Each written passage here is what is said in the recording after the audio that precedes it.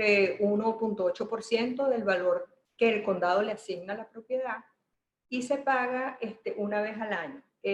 La factura o el recibo de los impuestos sale, está disponible el 1 de noviembre y se puede pagar hasta el 31 de marzo del año siguiente. También, si no se paga a tiempo, aplican penalidades, aplican unos intereses y hasta pueden vender el certificado de la deuda a un tercero. Entonces, están las asociaciones de condominio, están los impuestos a la propiedad. Luego, si hay alguna hipoteca, entonces sería el pago de la hipoteca y el pago de los intereses mensuales. Además está el seguro de la propiedad, que es altamente recomendable. Cuando compran con financiamiento del banco es obligatorio. Y cuando compras de contado no es obligatorio, pero es recomendable, sobre todo para tener cobertura contra huracanes. Cuando se compra en edificios, el edificio tiene un seguro general que cubre todo el exterior del apartamento, pero no cubre nada a lo interior. Y en las casas, la responsabilidad del seguro es totalmente del dueño. Déjenme ver si no se me está pasando algún otro gasto. Ok, bueno, estamos hablando de propiedades de inversión para alquiler, están las reparaciones y mantenimiento, que son responsabilidad del dueño. El inquilino paga solamente las reparaciones menores, que casi siempre son como entre 150 a $200 más o menos. El resto de las responsabilidades son de dueños, pero tampoco se asusten porque no es algo, nosotros en la oficina los tenemos estipulados, es más o menos un promedio entre 500, máximo $1000 al año. Luego tenemos la administración de la propiedad, que va entre un 6 y un 8% del monto del canon de renta mensual. Entonces tenemos, más o menos esos son los gastos inherentes a la propiedad. Luego, vamos a ver, no tenemos preguntas en el chat, no, estamos bien. Perdón que te interrumpa. Volviendo un momentico y recapitulando, ¿cuáles serían los gastos? Otra vez rapidito. Asociación de condominio. Asociación de condominio. Impuestos a la propiedad. De todas maneras, hago un paréntesis. Al final de mañana van a recibir un descargable con un resumen de toda esta información que estamos dando aquí. ¿Okay? Sería la asociación, el seguro, el pago de la hipoteca, la administración de las propiedades y las reparaciones y mantenimiento. Entonces, a grandes rasgos. Esos son los principales. Los impuestos a la propiedad, que ya los dije. Okay, entonces, lo otro, ¿por qué invertir en Miami? Ahí yo me puedo extender muchísimo, porque hay muchísimas razones para invertir en Miami. Vamos a decir, solamente Florida es la cuarta economía de los Estados Unidos, y ya eso le dice usted la dimensión de la importancia del estado en el que estamos.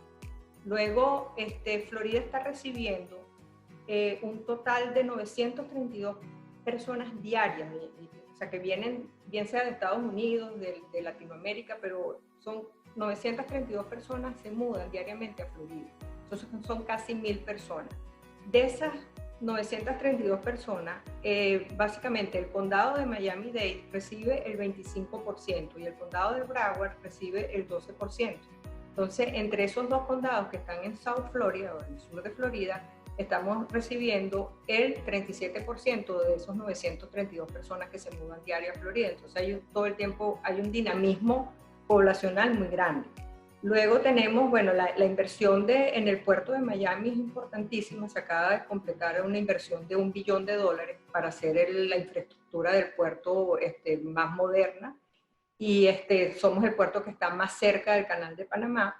El 49% de las operaciones del puerto de Miami son para las Américas y el Caribe, por lo tanto, Miami es la puerta de entrada de los negocios para Latinoamérica, es la capital de Latinoamérica, digámoslo de esa manera, que hay más de 1.400 multinacionales que operan en Miami en diferentes negocios de logística, y no estoy hablando mucho de la parte de hotelería, porque yo quiero que vean la dimensión de Miami, sobre todo en estos tiempos que estamos viviendo, donde la hotelería se golpea. Miami no es solamente hotelería, Miami tiene muchísimo que ofrecer. En cuanto al mercado de construcción de propiedades de lujo, ahorita está constituido en el número 1 en Estados Unidos. Luego tenemos, es sede de 26 grupos consulares. En cuanto al sistema financiero, los principales bancos, tenemos más de 87 bancos y más de 33 bancos extranjeros. O sea, un sistema financiero bien, bien completo. Creo que hay una pregunta por aquí. Sí, Ingrid, perdona que te quería justamente ahorita que estás tocando el tema del sistema financiero, por allí te preguntan qué tan fácil es el préstamo para extranjeros. Ah, bueno, esa es una de las preguntas que vamos a cubrir, porque pero esas se las tengo más adelante. No se preocupen que de eso vamos a hablar, pero sí es Ya fácil. aprovechando, perdón que te interrumpí, siéntanse libres de hacer preguntas y escribir en el chat en la medida que quieran y si son cosas que ya se pasaron, volvemos a ellas y si no, seguimos adelante, ¿no? Exacto. Hacemos al Sí, sí, final, nos volvemos a tocar. con toda confianza. Lo que pasa es que aquí me puedo poner a hablar de Miami, de las ventajas que tienen para invertir y pasamos un buen rato, pero que no quiero que se me vayan a pasar el aeropuerto. El aeropuerto de Miami es el tercer aeropuerto de los Estados Unidos y tiene más de 1.500 conexiones diarias con Estados Unidos y el resto del mundo. Lo otro que es muy importante de Miami es su diversidad, es una ciudad de vanguardia. O sea, Miami es, además de la capital de América Latina, hay gente de todas las nacionalidades y eso hace que sea una ciudad que está tornándose en una ciudad culturalmente hablando interesante. Recientemente ya es sede del Art Basel, que es un evento de arte importantísimo a nivel mundial, ya todos los años lo tenemos en Miami. Además de esto, bueno, la parte culinaria es interesantísima y para los inversionistas hay algo que es muy interesante, que hay una alta demanda de alquileres. Entre el 2012 y el 2019 se construyeron unas 15.000 unidades en Miami.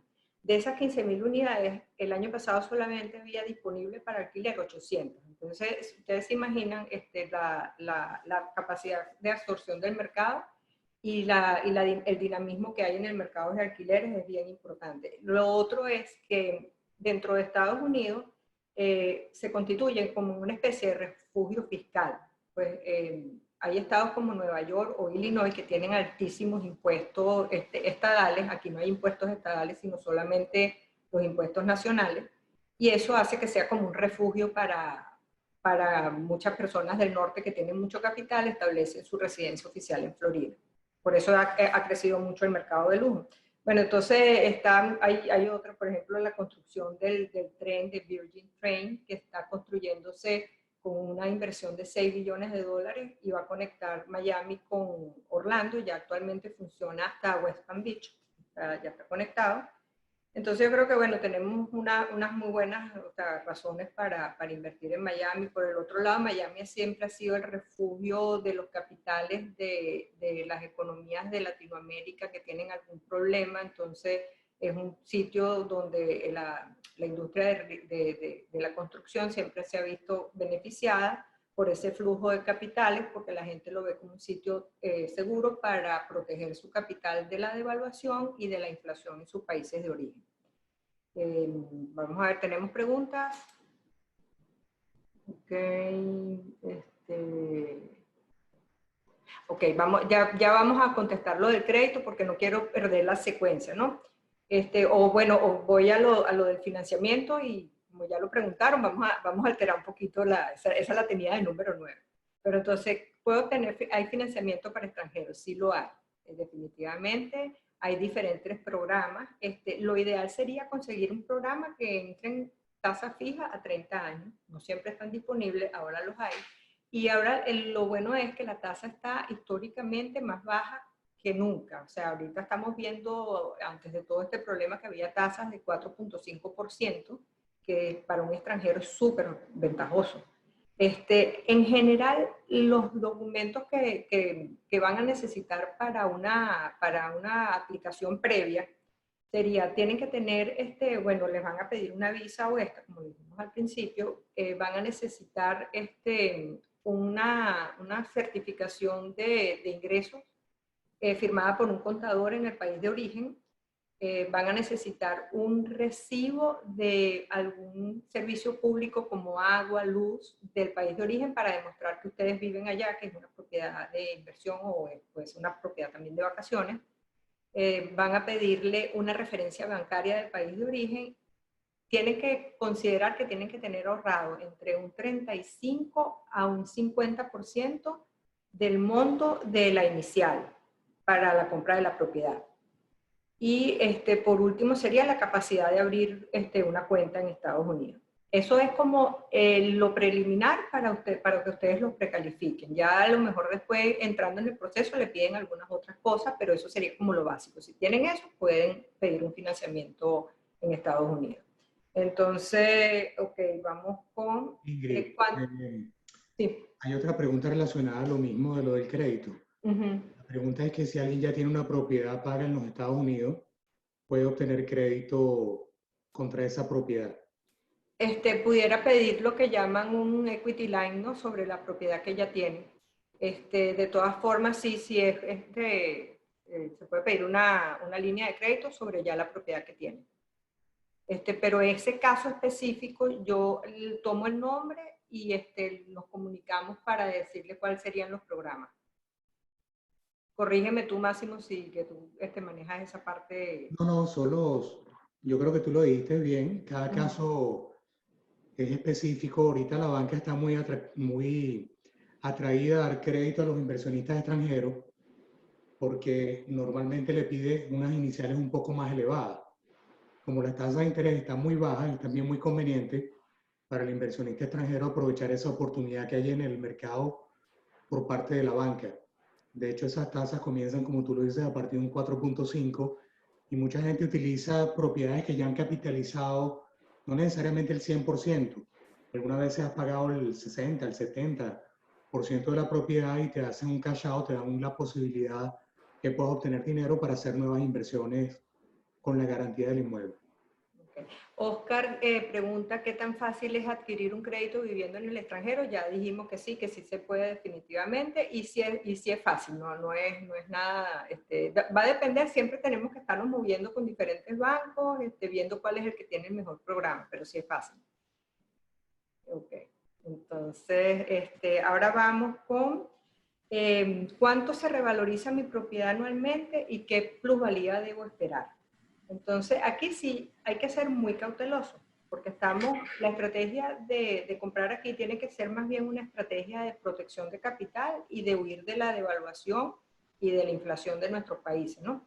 Entonces, cuando compramos aquí en Estados Unidos, tenemos que ser más conservadores en cuanto a las expectativas de revalorización.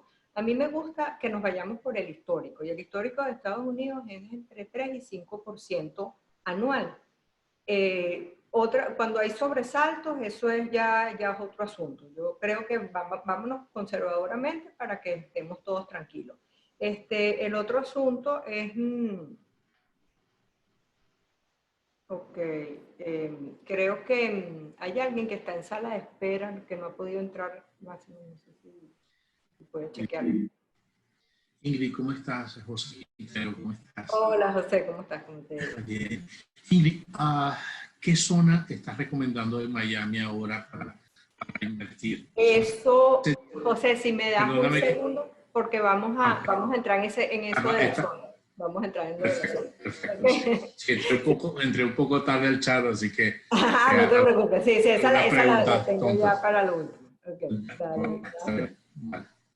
Ok, entonces estábamos hablando de la plusvalía y hablamos de que había que ser conservador, que calculáramos entre 3 y 5% anual.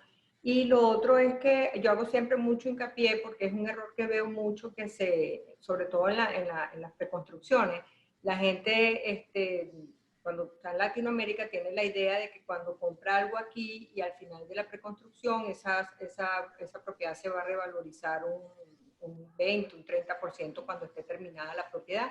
Entonces, en este momento, eso no es así. Hay que ser, pasa mucho más bien en muchos edificios grandes, que cuando terminan el edificio, entonces todo el mundo sale a vender con esa falsa creencia y más bien los precios caen y la gente puede terminar vendiendo más, menos de lo que le costó. Entonces, la estrategia cuando se compra en preconstrucción tiene que ser esperar al menos 5 años. O sea, en esa parte sean bien conservadores. Es una estrategia más bien de mediano plazo. Y vean la inversión en Estados Unidos más bien algo como para protección de capital.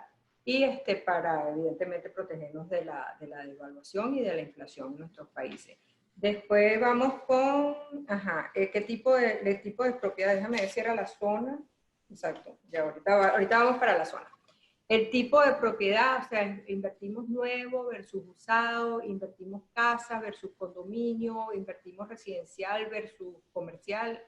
Ahí hay muchísimas opciones. Al final es como la gente se sienta más cómoda.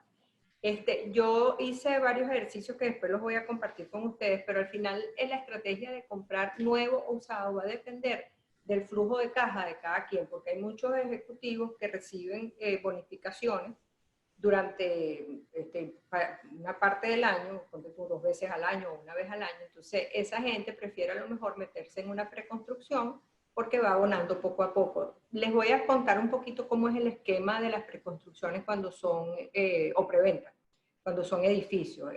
Los edificios inician primero para una reserva, ellos van a pedir un 10%. Esto es como general, puede cambiar de constructor a constructor, pero ponen un 10% inicialmente. Después, como a los 30 días, los llaman para la firma del contrato, ahí ponen otro 10% más, entonces llevamos 20, ¿verdad? Del momento que se firma el contrato a cuando se inicia la construcción pueden pasar entre 4 y 6 meses. En ese momento, cuando se inicia la construcción, que aquí se llama el groundbreaking, allí les van a pedir otro 20%, entonces ya llevamos 40%.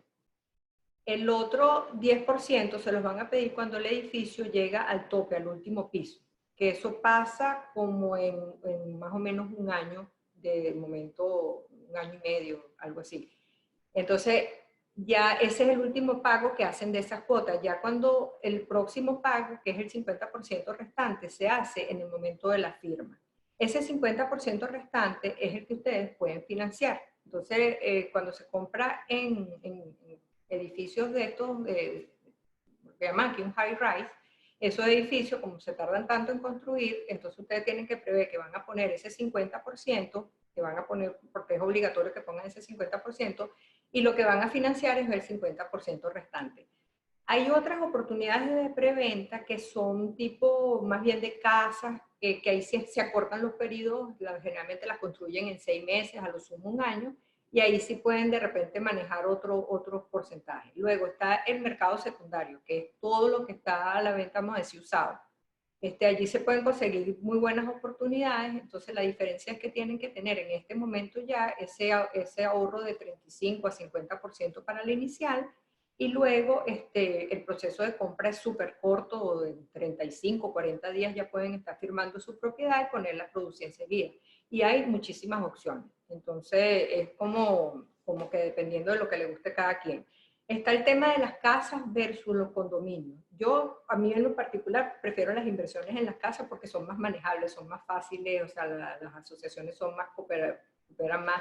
Los edificios siempre son un poquito más complicados, pero mucha gente le gusta el tema de los edificios porque no tienen que estar pendientes de la pintura exterior de la casa, del mantenimiento del techo, del mantenimiento del jardín, pero es como al gusto personal de cada inversionista.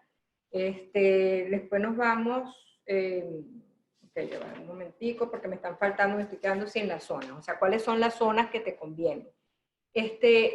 Miami es muy extenso. Ingrid, solamente una pregunta.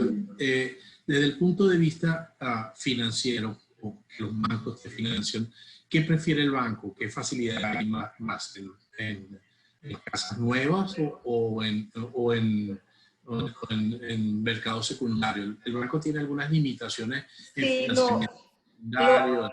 Claro, lo que pasa es que a los bancos les gustan más los financiamientos de las casas, de los single family home, vamos a decirlo así, porque tienen para ellos menos riesgo. Pero en cuanto a que sea nuevo o usado, depende, porque los constructores siempre, cuando arrancan una construcción, ellos tienen lo que llaman un preferred lender, tienen un banco dentro de ellos, dentro de su preferencia, que facilita el financiamiento. Entonces yo te diría que si vas a comprar una preconstrucción y hay un prestamista calificado dentro de la construcción, va a ser muy fácil, porque ellos van a facilitar todo eso. Sí, pero los dos casos son aplicables, no hay que tenerle miedo a ninguna de las dos cosas. Dos opciones válidas. En cuanto a las zonas, bueno, Miami, sí. agregaba algo a la consulta que hace José Quintero. Y es que normalmente, en el caso de los edificios, los bancos son un poquito más exigentes con el tema de las iniciales que va a dar, porque hay una serie de factores que forman parte de un condominio que normalmente no tienes en una casa individual. Entonces es posible que allí te pidan tasas, te pidan iniciales un poquito más elevadas, incluso la tasa sea ligeramente más alta. En los edificios. Sí, para efectos de financiamiento. Y de todas maneras sí les cuento que como que aquí vamos a hablar cosas muy en general, pero después vamos a estar igual haciendo webinars sobre financiamiento específico, o sea, vamos a estar hablando más en detalle y sobre el proceso de venta y todo eso. O sea, que la idea es que nos enriquezcamos con todas estas preguntas y esto nos dé pie para hacer nuevos seminarios. Hablando de las zonas, bueno, las zonas, Miami es enorme y tiene zonas muy interesantes. Yo siempre lo que le recomiendo a la gente es que escojan sitios que tengan accesibilidad a sitios de trabajo, fuentes de empleo. O sea, que haya cerca fuentes de empleo. Por ejemplo, si ustedes se van a la zona de Brickell, allí siempre están todos los principales bancos, entonces con toda la cantidad de ejecutivos que trabajan en los bancos. Están muchos de los médicos que están en el Jackson Memorial, les gusta vivir también en esa área que entre el corredor de Downtown y Brickell, el Schwager. Después tenemos toda la parte de las grandes firmas de abogados, también están en ese corredor. Si nos venimos, también hay ciudades muy interesantes. Está Doral, que tiene, bueno, pues cualquier cantidad de empresas alrededor, está muy cerca del aeropuerto. Están ciudades satélites como Miramar, Pembroke Pines, está Weston. Entonces, básicamente la gente las escoge por cercanía al trabajo, cercanía a las principales vías de comunicación, o sea, que haya un rápido acceso a la I-75 o a la I-95, porque yo he tenido, por ejemplo, casos de parejas que, porque la gente aquí se mueve mucho en carro. Entonces, una pareja que él trabaja en Coral Gables y ella trabaja en Fort Lauderdale. Entonces, el punto medio, la gente escoge un punto medio que es, por ejemplo, Pembroke Pines o Miramar, para poderse mover. Entonces, todo es interesante y todo tiene una razón.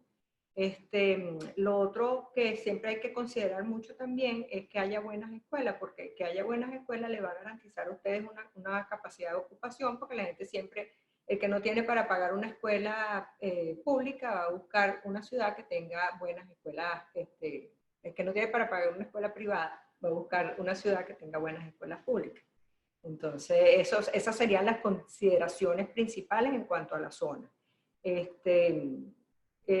Yo soy partidaria de invertir en un tipo de propiedad, porque yo sé que muchas veces a ustedes les van a hablar de zonas de repente donde hay propiedades de mucho menos valor, pero por experiencia yo sé que la rotación que van a tener en los inquilinos y el descuido que van a tener en las propiedades, a la larga les sale más caro. Entonces es mejor buscar una propiedad que sea como más estándar en cuanto a la calidad del inquilino que vayamos a tener, pues, para buscar personas que sean profesionales, que tengan buen crédito, todo eso es importante.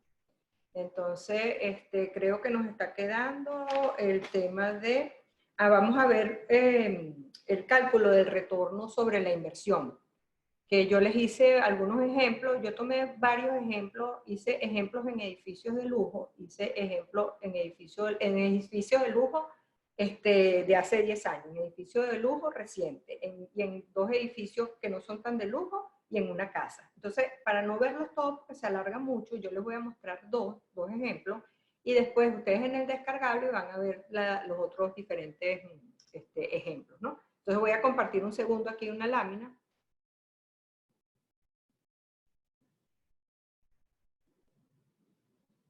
Ok, déjenme irme aquí.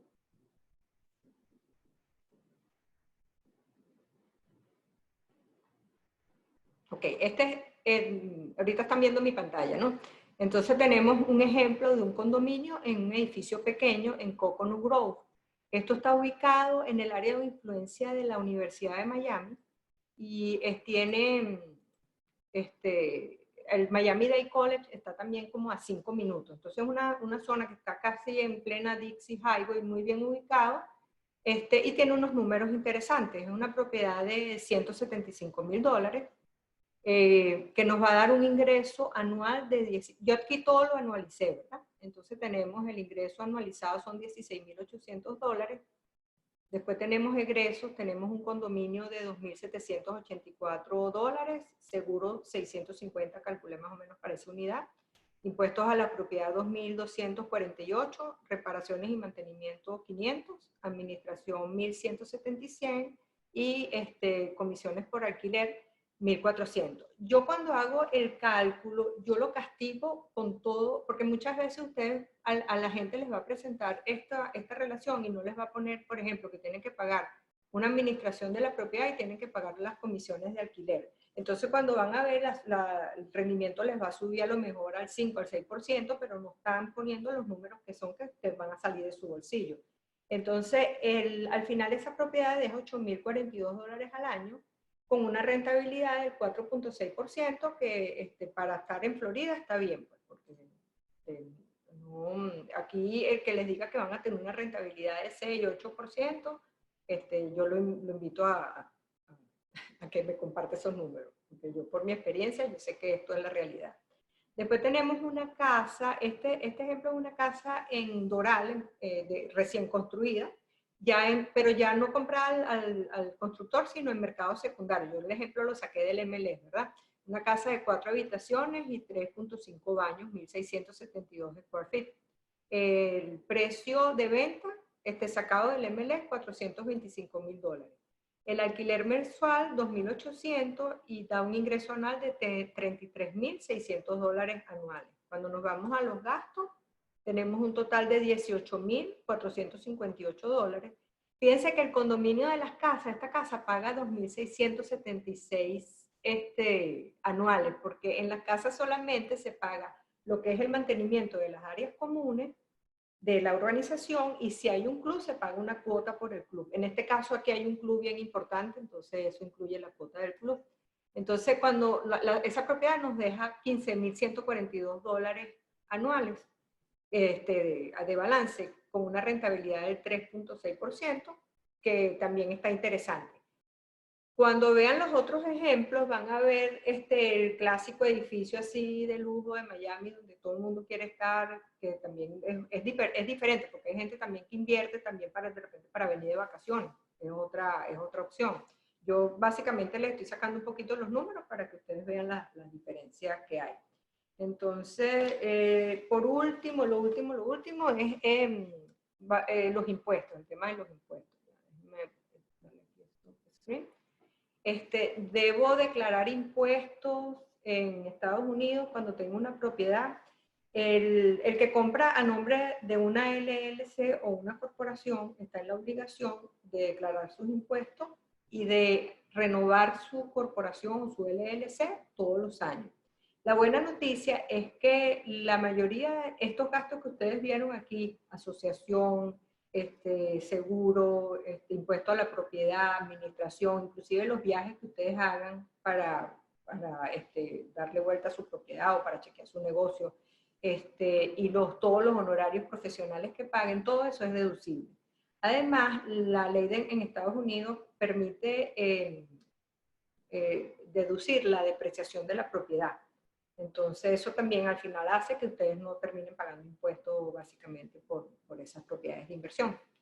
Entonces, bueno, mire, con esto cubrí las 10 principales preguntas. Abro un espacio ayer si tienen otras preguntas para contestarles. Y recordándoles que entonces nos sigan en las redes sociales y se suscriban a nuestro canal de YouTube para que estén pendientes, porque permanentemente estamos poniendo videos con información. Entonces, no tenemos preguntas por aquí. Ingrid, bueno, tú sabes que yo hice mi inversión, tú llevas mi inversión ahí en Miami. Fue más fácil de lo que yo pensaba y no hacer más propaganda, pero ya tenemos casi 4 años y todo ha salido bastante bien. Pero ¿qué pasa si yo quisiera una segunda inversión? O sea, que si yo quisiera un segundo préstamo al banco, ¿qué dificultad voy a tener? Porque al final ya estoy En ese momento que hicimos la situación pues, de mi país, Sí, de Venezuela, estaba diferente. El banco, ¿te acuerdas? Nos dijo, bueno, si quieres compras dos, no hay problema. ¿Te acuerdas? Yo le dije, no, o sea, no tal riesgo, pero ahora se empeora la situación. Y la visión de los bancos hacia nosotros es mucho más difícil. Vamos a estar claros de eso. Hacer una segunda inversión teniendo ya una sí, hipoteca ellos banco lo que van a se me evaluar dificulta más. no es que se te dificulta, sino que el banco, lejos de ver, o sea, va a ver, esa segunda inversión la va a considerar dentro de tus ingresos y egresos. O sea, te va a decir, bueno, tú tienes esta propiedad, claro, lo bueno es que ya tienes una relación crediticia y eso lo ven los bancos bien. O mira, esta persona ha pagado muy correctamente, todo, o sea, entonces esa parte la van a ver bien. Solo que esa propiedad te va a pesar dentro de la evaluación que te hagan. Van a decir, bueno, tiene esta propiedad y él tiene que estar pendiente de hacer estos pagos, entonces a lo mejor te piden un poquito más de inicial. Pero no lo veo como un imposible. O sea, es más fácil de lo que creemos. Creo que por aquí Sí, no, yo, pienso, sí. entonces Yo puedo No agregar, hay problema.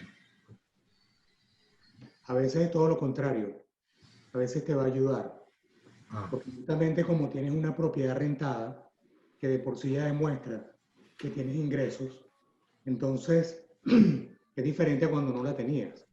Eso más bien te abre puertas, te abre caminos.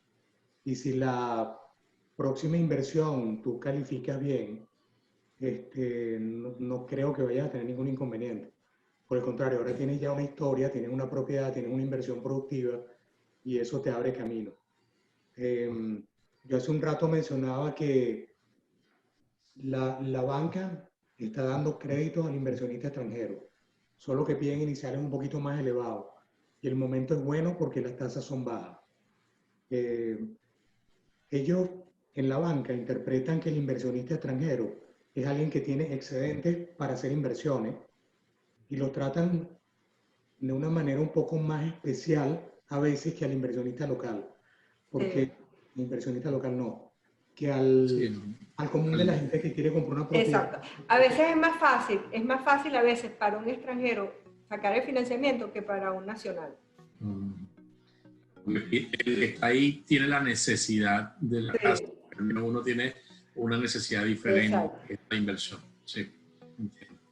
Entonces, pero bueno, entonces, bueno, mira, cubrimos unas 10 preguntas. Espero que les haya servido de utilidad. Algunos de ustedes ya han hecho el proceso, les haya servido de repaso. Y muchísimas gracias por la asistencia. Entonces, estén pendientes del próximo webinar. De verdad, súper agradecida por la asistencia y las preguntas. Contactarte o tener una cita contigo por algún caso particular, alguna pregunta que a lo mejor... Sí, cualquier cosa, estamos disponibles para citas por videollamada ahorita, que ya como estamos todos en esta tendencia a trabajar desde las casas, estamos totalmente a la orden. Y tengan la seguridad de que, bueno, esta es una etapa que estamos pasando todos, pero que después de esto va a haber un resurgimiento y, bueno, seguramente va a haber muy buenas oportunidades para comprar. De hecho, el movimiento que yo estoy teniendo ahora es con básicamente la gente que está aquí necesita mudarse. Nosotros mañana tenemos un cierre en la empresa de una maestra que necesitaba mudarse, compró su propiedad rápidamente. La semana que viene tenemos otro cierre. No hay un movimiento avasallador, pero sí hay un movimiento. La gente necesita mudarse, la gente necesita seguir alquilando. Yo este sábado voy a entregar un alquiler, entonces vamos a dejar pasar esto y a ponernos en acción para apenas termine estar preparado. Y una última pregunta, disculpen. El tema del que hablaron de refinanciamiento, o sea, las tasas de interés bajaron. Yo trabajé con una tasa de interés, ¿tú recuerdas? Sí, más alta. Yo tengo esa oportunidad de hablar con el banco a ver qué oportunidad tengo de que el banco me definitivamente, y sí deberías aprovechar porque ya te puede bajar la tasa, porque la tasa que cuando tú compraste estaba mucho más alta. De verdad, yo creo que es una buena oportunidad de ahorrar dinero. Ahí me va a ayudar, ahí sí necesito tu ayuda luego. Sí. Por aquí ya la gente se está despidiendo, entonces bueno, muchísimas gracias a todos por la asistencia y bueno, estaremos conversando próximamente. Gracias. Hasta luego.